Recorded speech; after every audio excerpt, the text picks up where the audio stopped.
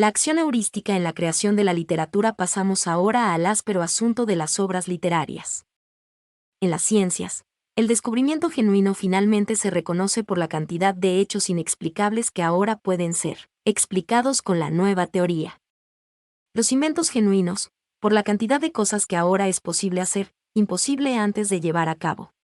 Pero con las obras literarias el resultado es más sutil. Cada instante de la historia humana requiere ser impulsado so pena de lesa humanidad. Aquí juega un importantísimo papel el arte y la literatura. Esta última crea arquetipos a seguir o no seguir para evitar la barbarie. El arte crea estructuras que hacen lo mismo, véase al efecto y la breve sonrisa de Leonardo, en este mismo sitio digital. Pero la literatura puede crear los arquetipos de dos maneras diferentes, haciéndolos patentes como ocurre con el realismo socialista o velándolos como ha ocurrido con las obras literarias descollantes. Me refiero a los resultados finales que se producen en el ánimo de los lectores independientemente de si el autor tomaba conciencia de su creación o no. Supongamos el Quijote, especialmente la primera parte de 1605. Analizado a baja lectura es una obra para divertir y reírse de un desdichado loco. Sentido a alta lectura es una obra para conmoverse por un anciano quien no teme a una gavilla de monstruos que agitan los brazos como molinos de viento. O sea, toca en el corazón para evitarle a su dueño caer en las nimiedades cortesanas de aquella aristocracia parásita española. Y como existen y existirán las mediocridades, la obra se convierte en inmortal. El héroe está debajo de un disfraz de loco. Y por eso no llega al entendimiento del lector sino a su sentimiento. He tenido la experiencia de ver a espectadores reír y a la vez llorar tan solo por asistir a la brillante encarnación de El Quijote que hizo el actor Nikolai Cherkasov bajo la dirección exquisita de Grigori Kozintsev, en el arisco paisaje de Crimea. Si Cervantes hilvanó a propósito su obra es motivo de discusión. En mi opinión el genio lo previó todo una vez comenzada, en la cárcel, la primera parte. Se dio cuenta de la enorme figura que estaban haciendo, de ahí su frase en la segunda parte. Y así debe ser de mi historia, que tendrá necesidad de comento para entenderla. No lo necesita. Es lo menos que necesita. El descubrimiento de un personaje literario es el descubrimiento de un símbolo que mueve el ánimo del lector, sumido en un dilema social. Y precisamente, el descubrimiento de un personaje literario es el descubrimiento de un símbolo que mueve el ánimo del lector, sumido en un dilema social. Y precisamente, para conmoverlo, el símbolo se aparece vestido de su opuesto. Hay una lucha de contrarios en él como la predicada por Hegel, una lucha de contrarios que empuja la civilización. Así de difícil es descubrir el personaje legítimo para hacer buena literatura. La esencia de una narración no está en su intriga, sino en los personajes que se puedan inventar, porque va dirigida a seres humanos como ellos. Como el autor está por lo general sumergido en idéntico dilema social que el lector, necesita resolver el problema con uno o varios personajes que encarnen ese dilema. En la soledad de una celda tal vez haya recordado Cervantes las injusticias de aquella sociedad. Allí mismo sería testigo de peleas locas, de burlas inmisericordes. Y el dilema social, similar en su esencia al mismo de la cárcel, trae a la mente el personaje de un loco. Pero conforme escribe se involucra cada vez más con su personaje. El loco se convierte en el soldado de Lepanto, en el héroe cuyo valor personal de nada le valió en la vida. Tenías que estar loco para arriesgarte así en Lepanto, le susurran los cortesanos. El héroe, Cervantes, solo llegó a ser un pobre loco. Ha nacido Don Quijote. Experiencia pedagógica con un método de enseñanza heurístico. Ya hace unos decenios comencé a emplear el método de enseñanza-aprendizaje heurístico. Los resultados fueron sorprendentes porque ocurrieron cosas inesperadas. En el transcurso de las clases, fue cambiando la estructura social de los grupos, algo que yo no había previsto.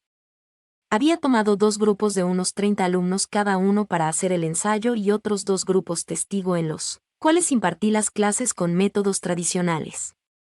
Ocurrió que en los grupos de ensayo fue cambiando su estructura social. Resultó que, algunos de los alumnos que eran estrellas no pudieron responder adecuadamente a las preguntas. Algunos de los alumnos considerados mediocres comenzaron a responder preguntas que los demás no podían responder, y pasaron a convertirse en estrellas del grupo, algunos alumnos que antes eran estrellas, conservaron la jerarquía porque pudieron responder a las preguntas.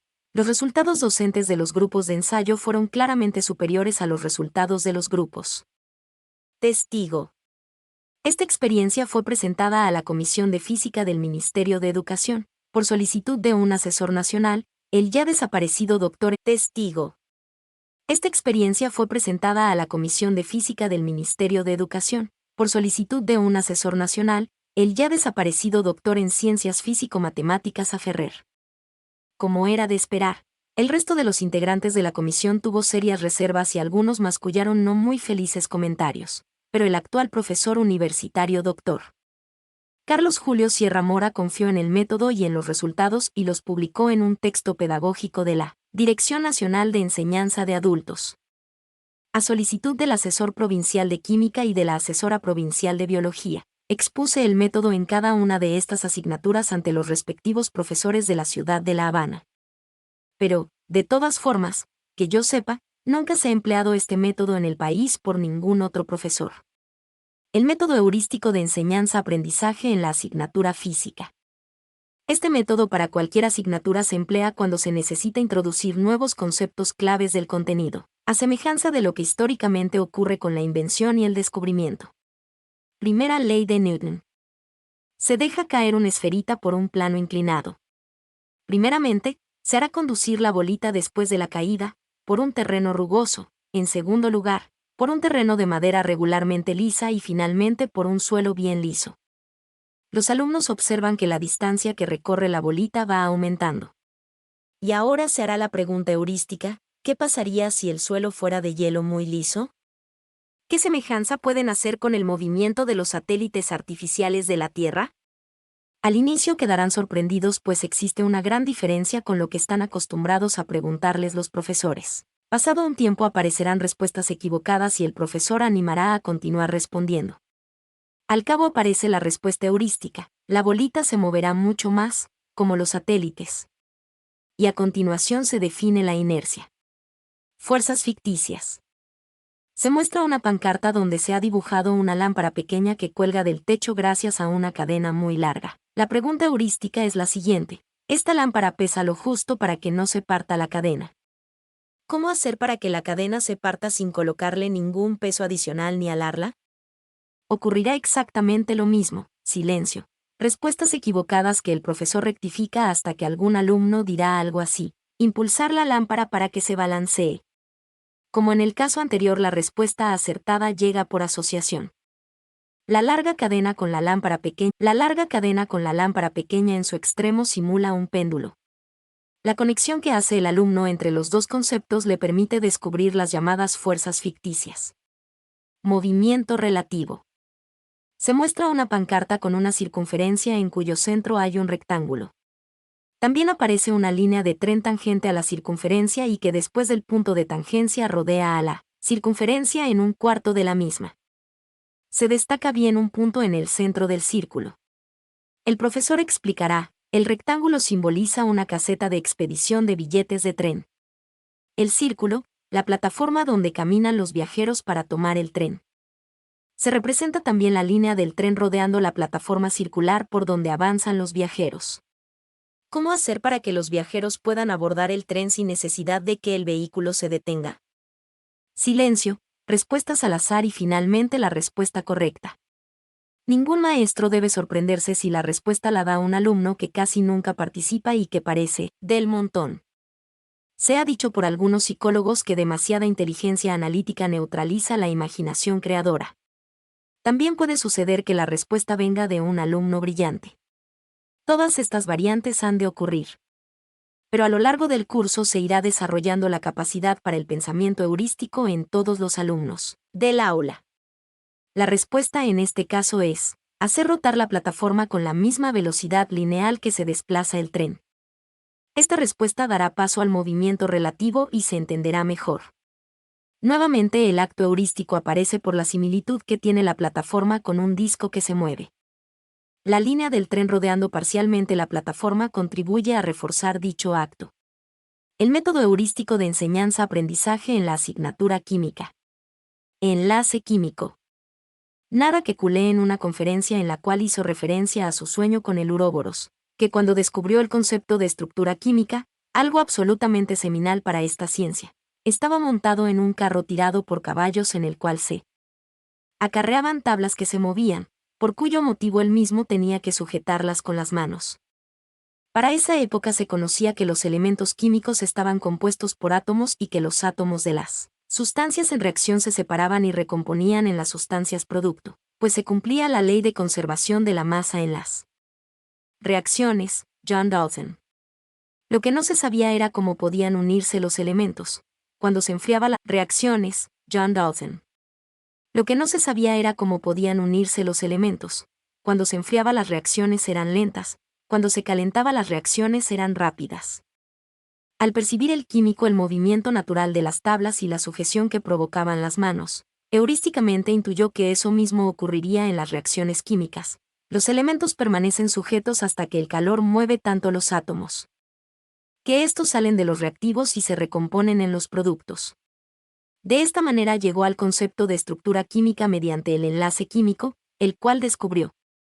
O sea, se dio cuenta que para que una sustancia se formara, los átomos debían enlazarse mediante fuerzas desconocidas. Como se sabía muy poco de las fuerzas electrostáticas, esto supone una creación extraordinaria por parte de Kekulé. Aparte de ello, es bueno señalar que cuando Demócrito descubrió el concepto de átomo, su heurística surgió al oler un asado conforme se estaba alejando de una casa.